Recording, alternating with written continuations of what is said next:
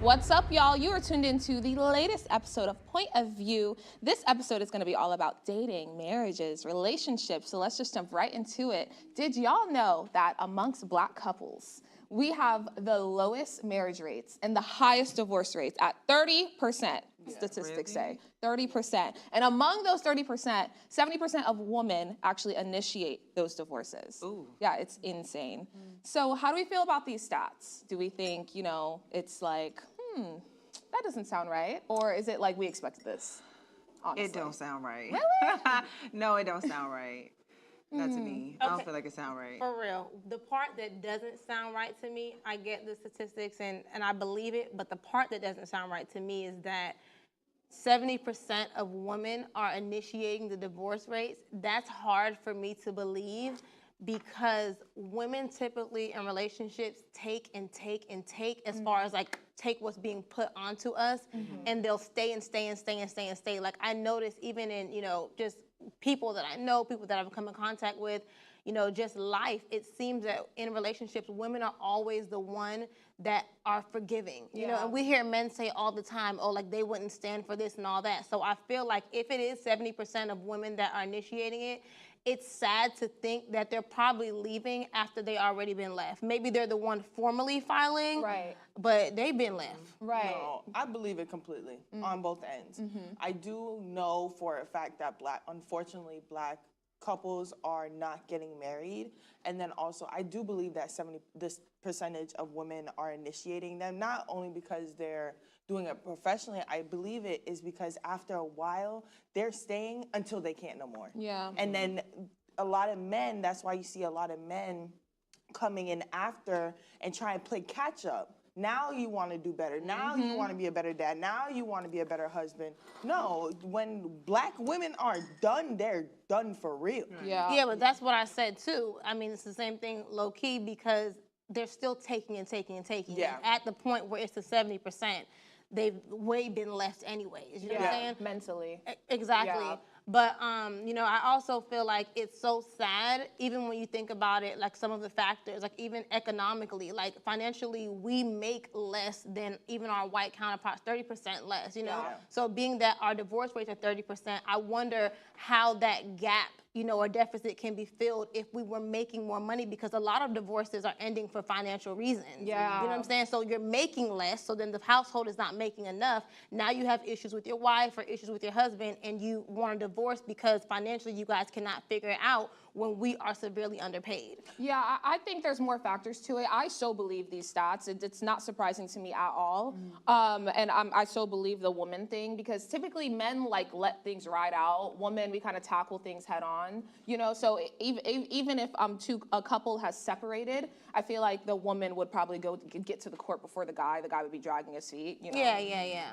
But no, I for sure believe it. But there are other factors that play into like Black divorces. A lot of people always forget about incarceration. You know, Black people get incarcerated at a disproportional rate. You know, their sentences are at a disproportional rate. So I think a lot of these divorces are stemming from women who, you know, were probably in a marriage. The man got arrested and got like years, and then at that point it just maybe didn't make sense, you know, to stay in that relationship, you know. So I think that's a huge chunk of well, probably not a huge chunk, but a substantial I was about to say, chunk. dang, everybody going to jail? No, but like you have to think about it. On top of us having the lowest marriage rate, like the small percentage of us that are married, you know, some of them are, you know, probably getting incarcerated or probably getting, well, no, never mind. That's a different, I was going to say killed, but we're talking about divorce. We're talking about divorce. That's a widow. Yeah, that's a widow. Pardon. I don't know. I feel like a lot of people like aren't even thinking, like if people are getting in marriages now, like it's for like some type of stability. Like it's not even because you actually care about this person. You know, like I feel like back in the day, like people actually took the time to get to know people to actually get in a marriage. I agree. Now I just feel like anybody's getting with anybody. Like, I feel like it was more so like that back in the day. That's when they was having the shotguns and they was really And the marrying arranged for marriages yeah. and Now stuff we like that. spend so much time getting to know someone and then you're dating for 10, 15 years and you're not married. Yeah. You know, back in the day they were creating family units. Like Yeah, there actually are stats to prove what Tally's saying. They're saying millennials are getting married less than lot back in later. the day, because back in the day it was like a more religion based, I would say, you know. So if a couple were together, their parents or their grandparents would be pushing them to get married because they'd be like, oh no, you can't shack up, you know, or whatever. So yeah, no, I think the marriage rate is lower, you know, now, but I don't know what's going on with the divorce rate. I think back in the day, because of the unfairness that women had to go through, like we couldn't open bank accounts, you know, alone. I think it's been like, what, 100 years since we have been able to even open a bank account without a man, buy a house and things like that. So I think back in the day, maybe the divorce rate was like lower because women were staying in these relationships because they're like, well, without a husband, I'm not going to be able to get these things that I want, you know. Now, you know, woman, we're like, we're bosses, and I don't have to put up with this. Like, the rich men. Yeah, we're the rich Right. men. Yeah, I'm out. Peace. Yeah. So yeah, we know our worth. You know what I mean? Yeah. Yeah. I think that's what it is, honestly. But to you mentioned something like when people are getting into marriages for stability. I have seen that with military couples. Like lots of military couples like will hop into marriages without even knowing each other for a long time. And I think it's because when you are married in the military, your benefits like almost triple. Like it's Yeah. insane, you know? So I know military couples also have a super high divorce rate too. So I wonder. As soon as, I'm not gonna lie, if Malik considered to go to the Air Force, we was going to the courthouse. Immediately. Right. Because you get preference, not only your benefits triple, your benefits for your wife, your benefits for him, and for your kid. It's instant. It's not Yeah. even like, oh, when you get out, like the benefits they hit instantly. So yeah, people in the Air Force do get married really, really quick. But I feel like with the divorce rate, it reflects heavily on who your parents were. Yeah. Your parents, your great-grandparents, your grandparents. Reason being is because that is what, yes, we're adults and we could change down the line and make better decisions, but how can you necessarily know how to navigate something if you never had a great example? You know, I feel like if my mom was forever a single mom, I would have never known how to navigate and keep and maintain a healthy relationship, because people don't understand when you in a relationship and boyfriend and girlfriend, or you just living together, that's easy. You could up and leave any day. You have that level of freedom still. But when you're married, legally married, it's a different kind of commitment. And that's really, get a little religious on you. That's when the devil comes to play. Ooh. It's the devil's like that's playground. when it, like he tests. It gets really hard. When you're married, things get, it's a I different agree with kind of that because like struggle. when you're married, you become one, right? And sometimes we go through these tests alone and then you become married and you become one person. So on top of like, you know, you guys going through your tests individually, your marriage, you know, It's your your marriage, union. but not only that, you're so used to I want to go here. This is my finances, this is my money, and everything stops from I to we. Yeah. It's no longer my money, it's our money. You know, it's our account, our house. I want to make these changes. No, we have to make these changes. So people really can't ever get a true grip and understanding of this is my life is no longer me. Yeah. Yeah. What does a healthy marriage look like? I think that's it's based on the individuals, because for some people, a healthy marriage looks like, you know, the husband going to work and the wife staying at home. And then for others, it could be vice versa, you know? So I think it really depends, but I think, it's situational. yeah, too. I think it really boils down to like, you know, honestly, respect and support, you know, and I don't know, that's what I got. I'm not married, so I haven't cracked that level in life yet. Well, our engaged people I at haven't the unlocked that table, level.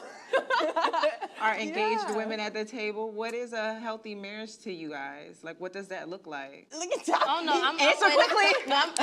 Answer quickly. Honestly, I believe, you know, a lot of what Miriam said.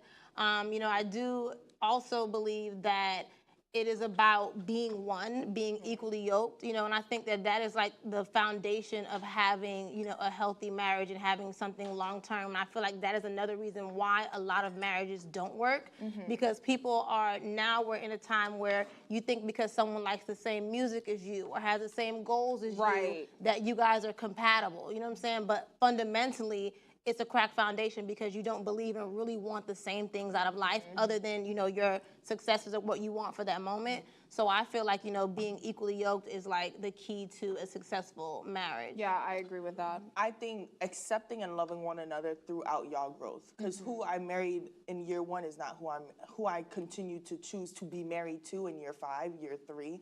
Year 1, 3, and 5 is one of the hardest years in your marriage, according to my counselor.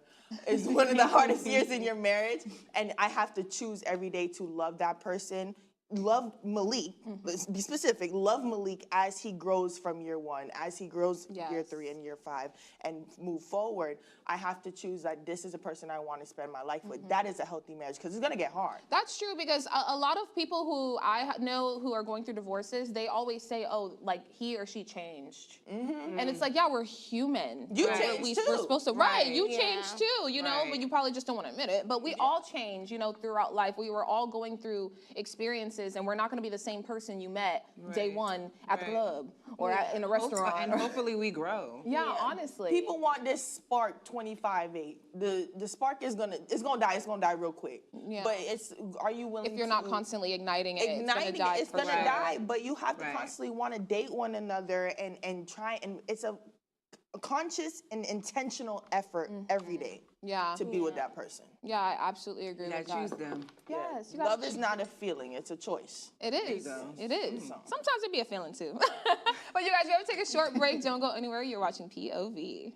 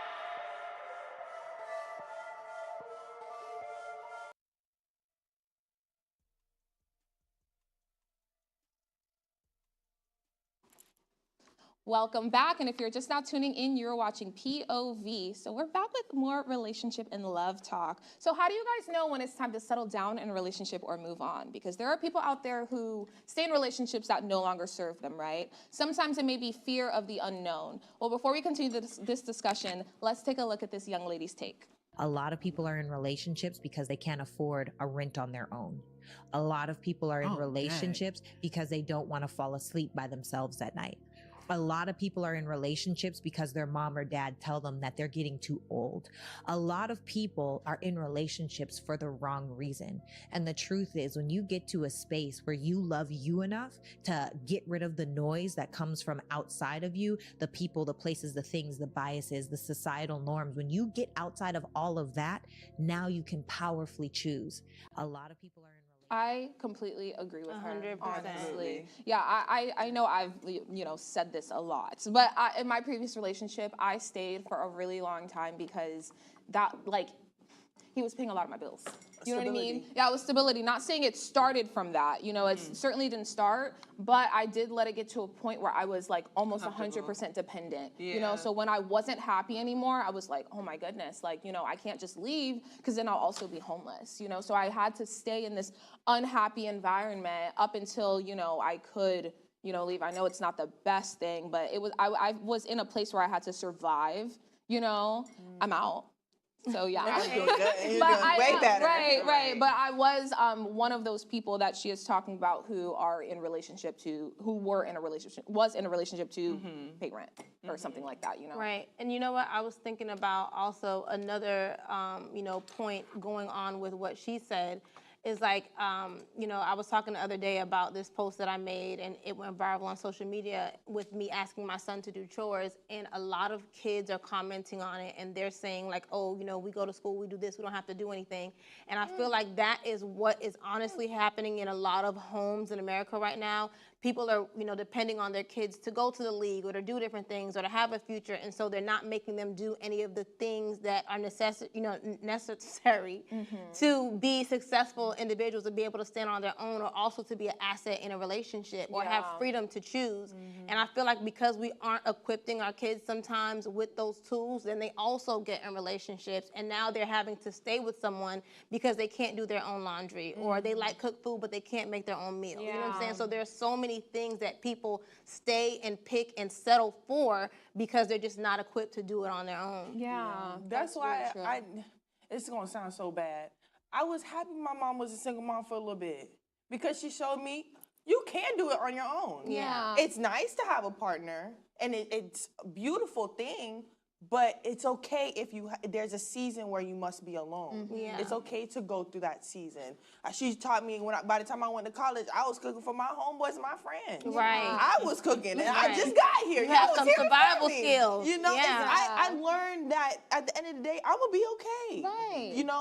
I have to get a job for myself. If I want this nice thing, I gotta go and pay for it. Having a partner is not the only thing and only way to live. I've never been a woman, and my family, any of the women in my family have never been women to say I must depend on a man. Right. I've never ever had that understanding or like, okay, that's what I thrive for. I do aspire to have someone to grow with and add 1 + 1 to make that 2. Right. But to say 1 + 0, that's hard. Yeah. But we want a whole unit. I've never necessarily understood that and been in that position. But I think, Tally, with these kids, Oh yeah. 100%. Oh yeah, Yeah. I'm telling you, They're my not- boys are gonna have bags under their eye if it calls for that, because Yeah. they have to get these skills. They have to get it. We think about all the time, God forbid we want to be here forever, but if we're not here, I want to at least leave you with the freedom to choose. Right. You know what I'm saying? Yeah, I completely agree with that. Having especially if you have a son, like, you don't want no woman be like, well, you need me. No, for real. What do you think, Junie, about this young lady? Or the idea itself, honestly? Honestly, I agree with everything that she said. I also want to know, like, is she single? Like, or has she found, like, the love of her life? So I definitely want to do a little bit of research and see, like, because she seems really intelligent, like she knows what she wants. And I also feel the same way. Like, I feel like you shouldn't be in a relationship if you're not ready, Yeah. like really ready. Like, also, I feel like you shouldn't be dating if you're not ready I agree. to really date, like you should have all of your things in order before you actually try to pursue another human being. Like, playing with people's feelings is not fun. Like, it's Yeah. not okay. Like, nobody wins in that situation, you know, so. I hate people who try to drag other people through their own learning process. Yeah, like, yeah, sometimes. You're supposed to go through this by yourself. Yeah, like, I don't need to bring someone else into it. Yeah, I don't need to be here. Yeah, Low key, I have to say that I don't necessarily agree with that. Only because. Come on, Sister Tally. tell us what the Lord would do. Only because. Johnny. WWJD. I can't. Listen, only because I feel like some things that we go through in life, you know, once you have your focus where it needs to be, which is first on God, you know, that he can give you what you need in a person to maybe even help you heal. It happens all the time in friendships and other relationships as well. But I feel like another issue in our community is that so many times we tell our sons, we tell our daughters, hey, get your whole life in order before you know, live your life, do all these things before you settle down. And in that, we're also telling them, hey, waste your whole 20s, you're young, enjoy yourself, have a time, these are your 20s, you'll never get them back. And so they go well into their 30s without the skills necessary to make the right decisions, and then they're 40, single, trying to find somebody. What's wrong with that? I don't agree. I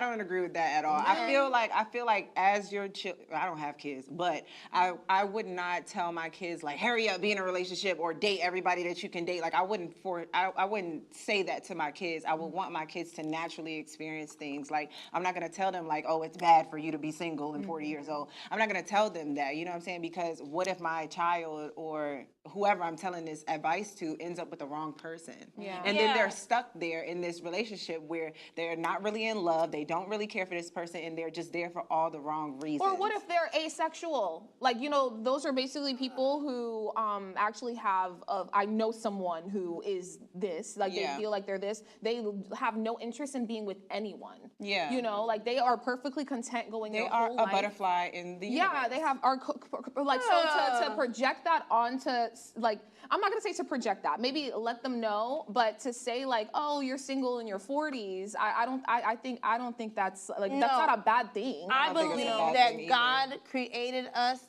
to, everything is supposed to be in a pair. You know what I'm saying? And I believe that we're supposed to be a pair. The Bible says 2 is better than 1. You know what I'm saying? So I don't want to be 2. That's fine, but the Bible says 2 is better than 1. So how I'm raising my children is I want to teach them to have strong decision-making skills, to be able to navigate and have healthy relationships, so at whatever point they can do what needs to be done to become one. Yeah. You know what I'm saying? That's my goal. Yeah. I agree. Honestly, I agree with Tally on that, especially where I believe that God is going to provide what you're missing. You may be scared, and that's where a lot of people lack their faith is, and they stay in the position where you're like, oh God, take me out of it. And he's like, I've been told you to leave.